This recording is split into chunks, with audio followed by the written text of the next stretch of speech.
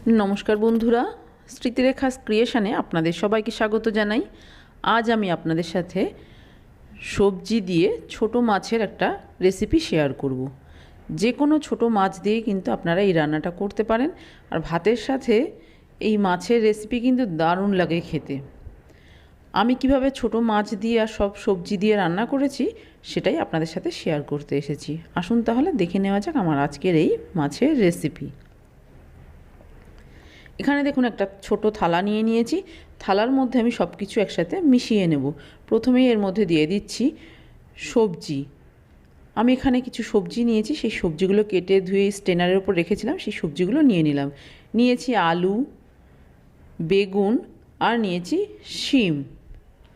দেখুন সব সবজি কিন্তু প্রায় একই রকম করেই কেটে নিয়েছি, আপনারা আপনাদের পছন্দ মতো শেপে কেটে নেবেন। দিয়ে দিচ্ছি টমেটো। টমেটোর বীজ আমি খাই না, বাদ দিয়ে দিয়েছি সেই জন্য, তবে আপনারা যদি টমেটোর বীজ রাখতে চান অবশ্যই রেখে দিতে পারেন। দিয়ে দিচ্ছি একটা পেঁয়াজ কুচি আর দিয়ে দেব পরিমাণ মতো হলুদ। সমস্ত মশলা কিন্তু এখানেই আমি মিশিয়ে নেব। দিয়ে দিচ্ছি স্বাদ অনুযায়ী লবণ। আদা বাটা দিয়ে দিলাম, এখানে আপনারা আদা গ্রেট করেও দিতে পারেন। দিয়ে দিচ্ছি রসুন বাটা। রসুনও আপনারা কুচিয়ে বা থেতো করেও ব্যবহার করতে পারেন এখানে। আর দিয়ে দিচ্ছি লঙ্কা গুঁড়ো। ঝালটা অবশ্যই নিজেদের স্বাদ অনুযায়ী দেবেন, তবে আমি কিন্তু এই মাছের রেসিপিটা একটু ঝালঝালি করছি। জিরে গুঁড়ো দিয়ে দিলাম 1 চামচ। এবার এই সব কিছু প্রথমেই ভালো করে একটু মেখে নেব। দেখুন ভালো করে সব কিছু মেখে নিয়েছি। এবার এর মধ্যে দিয়ে দেব কেটে ধুয়ে রাখা মাছ। মাছে আমি লবণ হলুদ কিছুই মাখিয়ে রাখিনি, শুধু কেটে ধুয়ে জল ঝরিয়ে রেখে দিয়েছিলাম। দিয়ে দিচ্ছি সর্ষের তেল।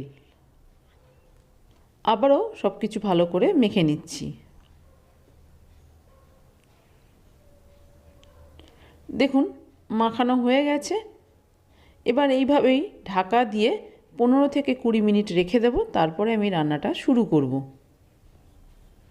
দেখুন 20 মিনিট হয়ে গেছে। এবার গ্যাসে একটা কড়াই বসিয়ে কড়াইটা গরম করে এর মধ্যে দিয়ে দিলাম সর্ষের তেল। খুবই অল্প পরিমাণে দিলাম। তেল গরম হয়ে যাওয়ার পর এর মধ্যে কালো জিরে দিয়েছি। কালো জিরেটা একটু ভাজা হয়ে গেছে। এবার এর মধ্যে দিয়ে দিচ্ছি সব কিছু মেখে রেখেছিলাম মাছের সাথে সবজি, সবটাই দিয়ে দিলাম। একটু নেড়ে চেড়ে দিচ্ছি। এই সময় কিন্তু গ্যাসের ফ্লেমটা আমি হাইতে রেখেছি। নেড়ে চেড়ে দিয়েছি। দিয়ে দিচ্ছি 5-6টা চেরা কাঁচা লঙ্কা। ঝালটা কিন্তু আপনারা নিজেদের স্বাদ অনুযায়ী দেবেন। থালার গায়ে কিছুটা মশলা মেখেছিল, সেই জন্য একটু জল দিয়ে ধুয়ে জলটা দিয়ে দিলাম। আর কিন্তু জল দেব না, সবজি থেকেও কিছুটা জল বেরোবে, সেই জলে রান্না হয়ে যাবে। এবার ঢাকা দিয়ে দিয়েছিলাম। গ্যাসের ফ্লেমটা হাইতেই ছিল। দেখুন ঝোলটা ফুটে উঠেছে। ঢাকনাটা খুলে একটু নেড়েচেড়ে দিলাম। আর এই সময় গ্যাসের ফ্লেমটা এবার আমি মিডিয়ামে করে দেবো। বাকি রান্নাটা গ্যাসের ফ্লেমটা মিডিয়ামে করেই করে নেব। আবারও ঢাকা দিয়ে সবজি সেদ্ধ হওয়া পর্যন্ত রান্নাটা হতে দেব। দেখুন বেশ কিছুক্ষণ ঢাকা দিয়ে রান্না করে নিয়েছি। মাঝে একবার ঢাকনাটা খুলে একটু নেড়েচেড়ে দিয়েছিলাম। সমস্ত সবজি সেদ্ধ হয়ে গেছে। আর যে জলটা দিয়েছিলাম বা সবজি থেকে যে জল বেরিয়েছিল দেখুন অনেকটাই কিন্তু শুকিয়ে গেছে। এখন মাখা মাখা হয়ে আছে। এইভাবেই আমি নামিয়ে নেব। দিয়ে দিচ্ছি সামান্য একটু চিনি। চিনি দেওয়াটা কিন্তু অপশনাল, যেহেতু এখানে কয়েক রকম সবজি ব্যবহার করেছি সেই জন্য একটু চিনি দিয়েছি। চিনি দিলে স্বাদটা ভীষণই ভালো লাগবে। চিনি দিয়ে আবারও একটু নেড়ে চেড়ে দিলাম। সবজি এবং মাছ দেখুন সবই কিন্তু গোটা গোটা আছে, কিছুই ভেঙে যায়নি। সবশেষে ওপর থেকে একটু ধনেপাতা কুচি ছড়িয়ে দিলাম। এবার আমি গ্যাসের ফ্লেমটা অফ করে কড়াইটা ঢাকা দিয়ে এইভাবে কিছুক্ষণ রেখে দেবো, তারপরে গরম গরম ভাতের সাথে সার্ভ করে দেবো। তৈরি হয়ে গেছে আমার আজকের রেসিপি সবজি দিয়ে ছোট মাছের ঝাল। খুব সহজ, খুব অল্প সময়ে তৈরি হয়ে যায়, খেতে তো অসাধারণ হয়। গরম ভাতের সাথে এইরকম মাছের রেসিপি থাকলে আর কিছুর প্রয়োজন হবে না, এতটাই টেস্টি হয়। আমার আজকের এই ছোট মাছের রেসিপি আপনাদের কেমন লাগলো বাড়িতে করে দেখবেন।